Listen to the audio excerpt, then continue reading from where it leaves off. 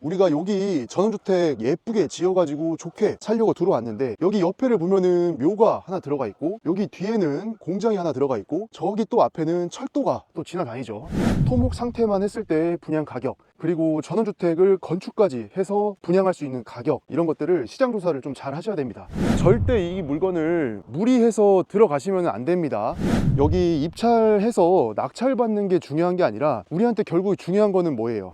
반갑습니다. 공장 투자의 진심인 남자 셔리형입니다. 오늘 제가 나와 있는 곳은 경기도 화성시 남양읍 활초리라는 동네입니다. 근데 여기 활초리 자체가 전원주택단지가 상당히 많이 들어와 있는 동네예요. 자, 그래서 오늘 우리가 같이 살펴볼 물건도 지금 전원주택 용지로 허가를 받아가지고 한창 토목 공사를 하다가 지금 경매에 나온 것 같습니다.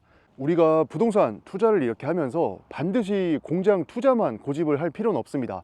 제 유튜브 채널이 메인이 이제 공장 투자랑 공장 개발, 공장 경매이긴 한데, 사실 우리가 부동산 개발하고 부동산 투자하고 하면서 공장 투자뿐만이 아니라 전원주택 단지를 개발해서 분양하는 사업, 대형 프라자 상가 시행해가지고 분양하는 사업, 여러 가지 진짜 영역이 되게 많거든요. 그래서 여러 가지 물건들을 공부하고 임장하고 살펴보면서 사실 다양한 투자 기법을 익히는 게 또 상당히 중요합니다. 전원주택 부지 공사하다가 경매로 나온 물건을 봤을 때 또 이런 거 낙찰 받아가지고 우리가 수익을 만들어 낼 수도 있잖아요. 그래서 여러 가지 다양한 영역의 부동산 물건들을 보면서 투자하는 연습, 투자하는 스킬을 길러가는 게 상당히 또 중요하죠. 지금 제 뒤로 보이시는 요 부지 있죠? 요 부지들이 지금 경매 목적물인데요. 우리 물건 지금 신건 기준에서는 감정가가 18억 정도에 나온 물건인데 한 차례 유찰이 돼가지고 지금 12억 6천까지 떨어졌어요. 그래서 신건 기준 했을 때는 지금 평당 170만 원이 조금 안 되거든요. 근데 이번에 한 차례 유찰된 가격 기준 했을 때는 평당 지금 120만 원 정도 나오고 있습니다. 자, 이 정도 가격이면은 이제는 들어갈지 말지를 한번 고민을 해볼 단계가 됐기 때문에 들어가서 어떤 물건인지 같이 한번 살펴보도록 하겠습니다. 주변을 이렇게 보게 되면은 여기 밑에 지금 여기 진입로 도로 보이시죠? 요 도로를 타고 이렇게 이제 들어오는 거예요. 들어와서 저기 교차로에서 좌회전을 해가지고 이렇게 이제 가게 되면 여기 정면에 보이시는 게 이제 마을회관입니다. 활초리 마을회관. 그리고 요 마을회관이 위치한 곳 옆에 민가가 하나 있고, 그 바로 옆에 저쪽 보이시면은 여기 있죠? 여기가 지금 경매 목적물이에요. 자, 근데 우리가 여기 주변 보면 아까 말씀드린 대로 여기가 공장들도 좀 많이 섞여 있고 전원주택 단지들도 많이 섞여 있습니다. 자, 저기 멀리 보면은 여기도 전원주택이 지금 한 부대기 들어가 있고, 저기 뒤에 보이시는 아파트는 최근에 이제 입주를 시작한 아파트죠. 작년 한 11월, 12월쯤부터 입주를 했던 것 같고, 그래서 여기 활초리에 위치한 전원주택 단지들이 대부분 이제 남양읍 시내랑 좀 많이 가깝습니다. 그래서 그런 점들 때문에 이제 인기가 상당히 많은 지역 중에 한 곳이죠. 자, 우리 천천히 해서 물건지로 한번 들어가 보겠습니다. 그래서 아까 교차로에서 이제 좌회전 해가지고 올라오게 되면 여기가 나오는 거고, 우리 물건지는 이렇게 해가지고 요 앞으로 들어오는 거예요.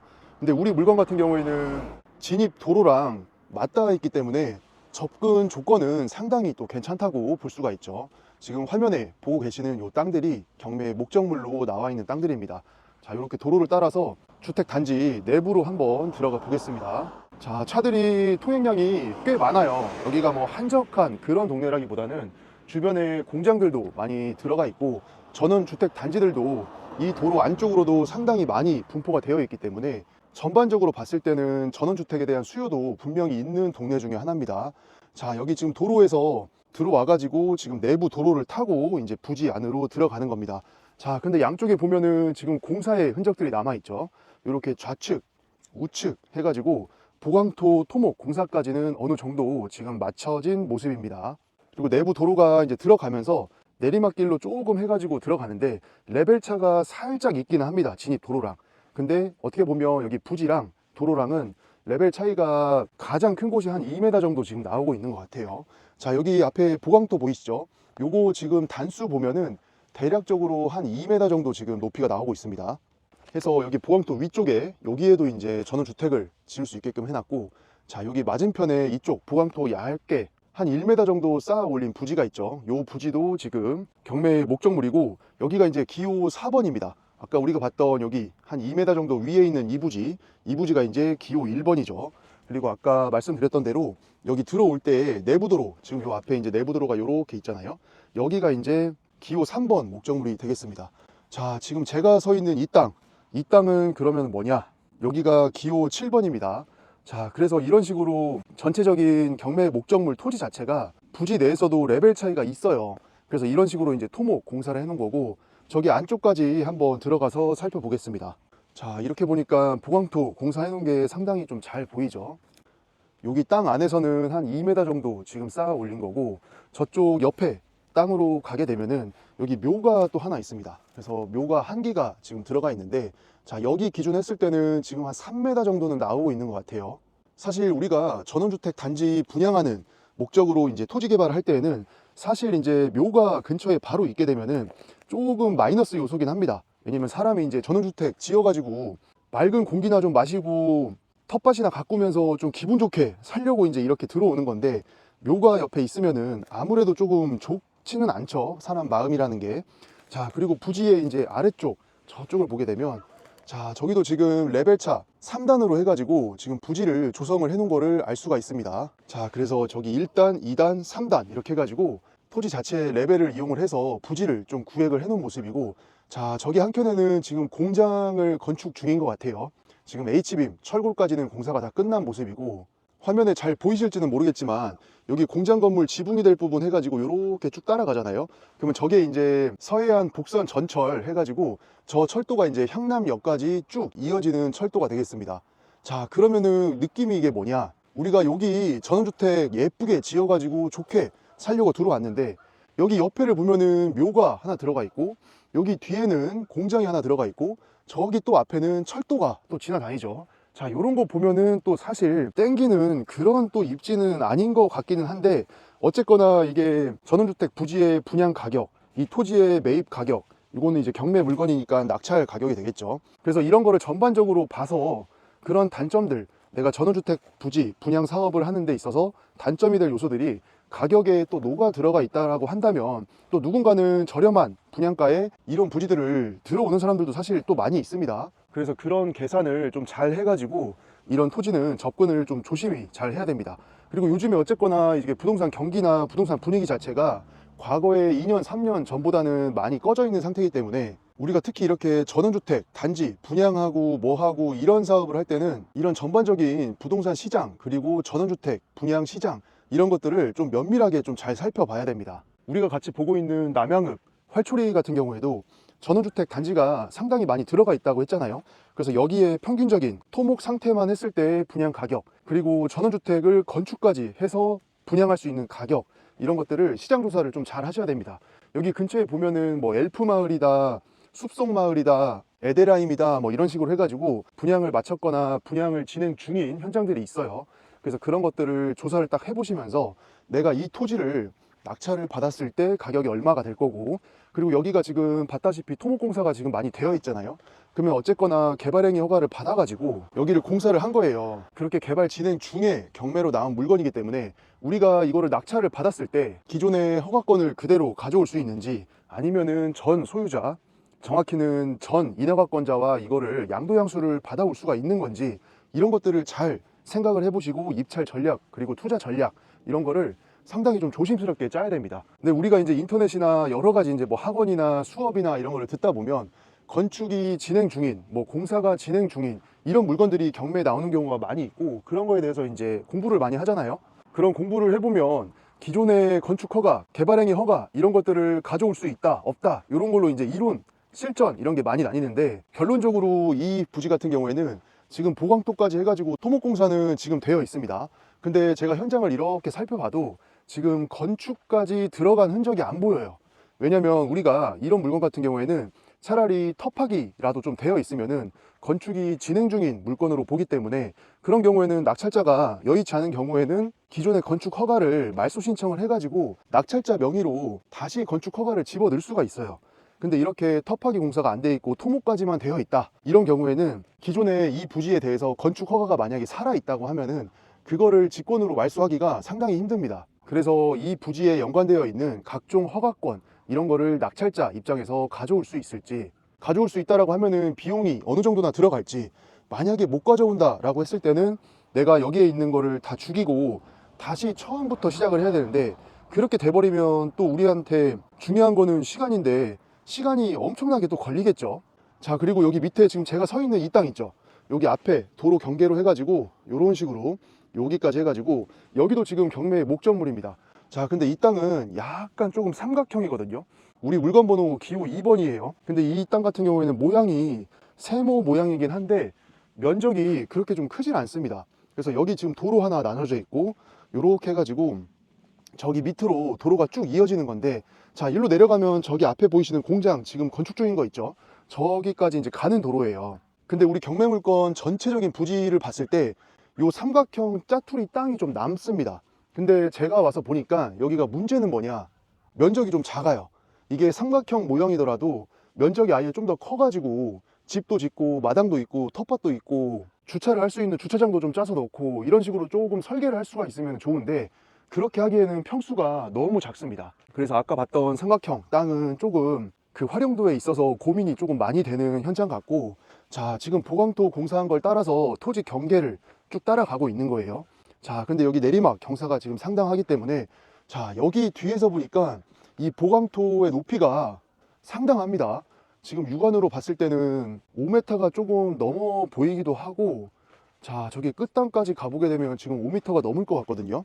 근데 화성시 같은 경우에는 보강토나 옹벽 공사를 할 때 지금 최대 가능한 높이가 한 5m 정도까지는 가능한데, 야, 여기 지금 높이 한번 보십시오. 야, 지금 상당합니다, 높이가. 그래서 이 정도의 높이를 눈앞에서 보게 되면 이거는 거의 뭐 무슨 옛날에 중세시대 성 있죠, 성 보는 느낌이에요. 지금 느낌 자체가 야, 상당합니다 지금. 야, 근데 이거 보강토 장수나 이거 보강토 길이나 이거 면적 보니까 토목 공사 비용이 상당히 좀 많이 들어가 있을 것 같아요 지금. 그래서 아까 말씀드린 대로 만약에 이 물건을 우리가 낙찰을 받잖아요. 그러면 낙찰자분은 어쨌거나 기존에 인허가권을 갖고 있는 사람한테 어떻게 보면 협의를 통해서 돈을 주고 인허가를 양수해서 오는 게 가장 좀 빠른 길이긴 합니다. 시간적으로 봤을 때 우리가 거기서 이제 협의가 안 돼가지고 수가 틀어져 가지고 이거 기존에 만약에 허가권을 그 사람이 없애잖아요.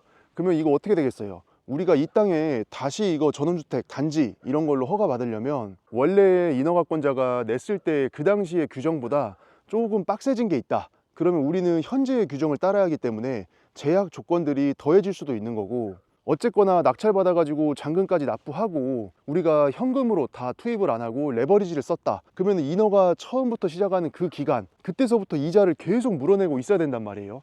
그러면 어쨌거나 이것도 이제 낙찰자한테는 부담이다. 그리고 만약에 우리가 허가권을 양도양수를 못 받아가지고 협의가 안 돼가지고 이거를 낙찰자가 처음부터 맨 땅에서 다시 시작을 또 한다.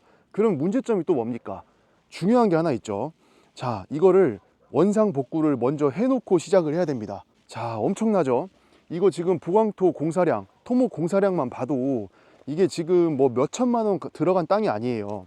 이 정도 넓이에 이 정도 보강토 들어가고 이 정도 토목 공사를 해놨으면은 최소 억 단위 이상의 비용이 지금 투입이 된 현장이기 때문에 이거 원상복구 해가지고 다시 원형지로 만든 다음에 개발행위허가 넣어가지고 다시 시작을 해야 된다는 소리인데, 그렇게 되면은 낙찰자의 경제적인 어떤 손실, 경제적인 비용 투입되는 게 만만치가 않습니다. 원래는 여기가 지목이 임야였죠. 그러면은 요거 다 보강토 해체하고 원상복구 한 다음에 임야였기 때문에 또 수목 식재까지 다 해놔야 됩니다. 그런 식으로 해서 여기 전체 여기서부터 지금 여기 위에까지, 자, 여기 보이시죠? 요런 데까지 다 지금 임야로 복구를 한 다음에 전원주택 부지로 개발행위 허가를 다시 시작을 해야 될 수도 있다. 그런 거 저런 거 생각해 보면은 어쨌거나 지금 인허가권을 갖고 있는 사람이랑 협의를 해서 그 허가권을 떠오는 게 가장 현실적이긴 합니다. 근데 그 비용 같은 거는 이제 뭐 만나서 협의를 해봐야 알 수가 있겠죠. 그 인허가권자가 받고 싶은 협의 금액이 분명히 있을 겁니다. 자, 저기 아래는 지금 우리 아까 봤던 공장 신축 중인 현장이죠. 자, 근데 여기도 보면은 진입로 봤을 때 펜스로 해가지고 지금 기둥을 몇 개 박아 놓고 줄을 쳐놨습니다. 자, 여기 보면 측량점도 다 박혀 있고, 그래서 여기까지는 이제 다른 사람한테 있기 때문에 이런 식으로 도로는 포장은 여기 안쪽까지는 되어 있지만 여기가 경계가 아니라 이제 여기 도로에서 한 3분의 1 들어온 지점, 요 측량점들이 토지의 경계가 되는 거죠. 그래서 이런 식으로 펜스를 설치해 놓은 걸 볼 수가 있는데, 자, 여기 펜스는 사실 우리 물건이랑 관계는 없어요. 자, 다시 올라가 보겠습니다. 야, 보강토 공사량이 진짜 엄청납니다 진짜. 와, 그리고 아까 말씀드렸던 삼각형 땅 있죠. 삼각형 땅 같은 경우에는 지금 보강토 공사도 안 돼 있습니다. 토목이 전혀 이루어져 있지가 않기 때문에 이런 데는 또 따로 공사를 해야 된다. 자, 지금 여기 경사면 있죠. 이런 데는 다 마무리 공사를 우리가 해야 됩니다. 그렇게 해야 여기 삼각형 땅도 활용도가 조금 떨어지긴 하지만 어쨌거나 낙찰 받아서 갖고 오는 땅인데 어떤 식으로든 활용을 할 수가 있겠죠.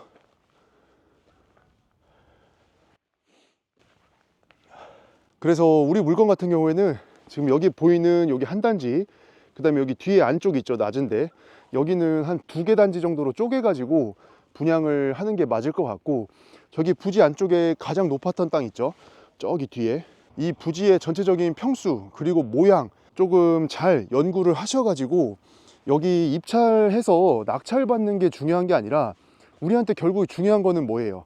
이거를 낙찰을 받아서 잘 처리를 해서 이 전원주택 단지를 토목 상태로 분양을 하든 아니면 지어서 건축까지 해서 전원주택을 분양을 하든 투자 수익을 거두는 게 중요한 거기 때문에 그런 엑시트 전략을 상당히 잘 연구를 해서 들어와야 되는 토지다 라고 생각이 됩니다. 자, 여기서 보니까 조금 잘 보이긴 하죠. 여기 반사경부터 해가지고 이렇게 도로 따라서 지금 요만치, 요게 이제 삼각형 꼬다리 땅이기 때문에 이 정도의 토지 사이즈의 활용도가 좀 상당히 난해하다 라고 좀 느껴지고요.